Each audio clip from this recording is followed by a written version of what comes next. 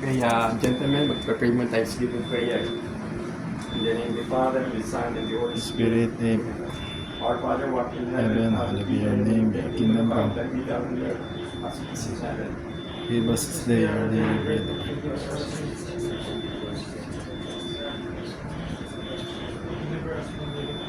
Hail Mary, full of grace, the Lord is with thee. Blessed art thou among women, and blessed is the fruit of thy womb, Jesus. Holy Mary, Mother of God, pray for us sinners, now at the hour of our death. Amen.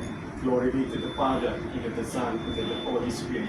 As it was in the beginning, is now, and ever shall be, world without end. Almighty God, bless us, the Father, Father, the Son, the Holy Spirit. Okay, gentlemen, duties and responsibilities on board the ship. My duties as master is a representative of the company and overall command. Okay, shipmate.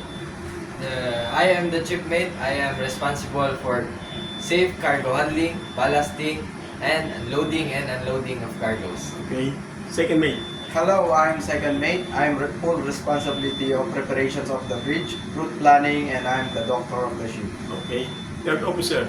Hello, I'm the third officer. My duties and responsibilities on board.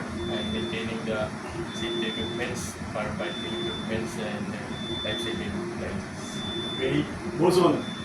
So I'm bosun. I'm in charge of the deck maintenance and securing all the cargoes while we're on sail. Okay, KB. Able seaman, I am the helmsman of the ship and maintaining the ship as per order of the bosun and the chief officer. Okay, Good morning, I'm a superintendent. I'm in charge on the safety of the vessel and with the coordination of master on board the ship. and thank you, and please subscribe my YouTube channel, Cap EB People TV. Thank you and God bless. Yes.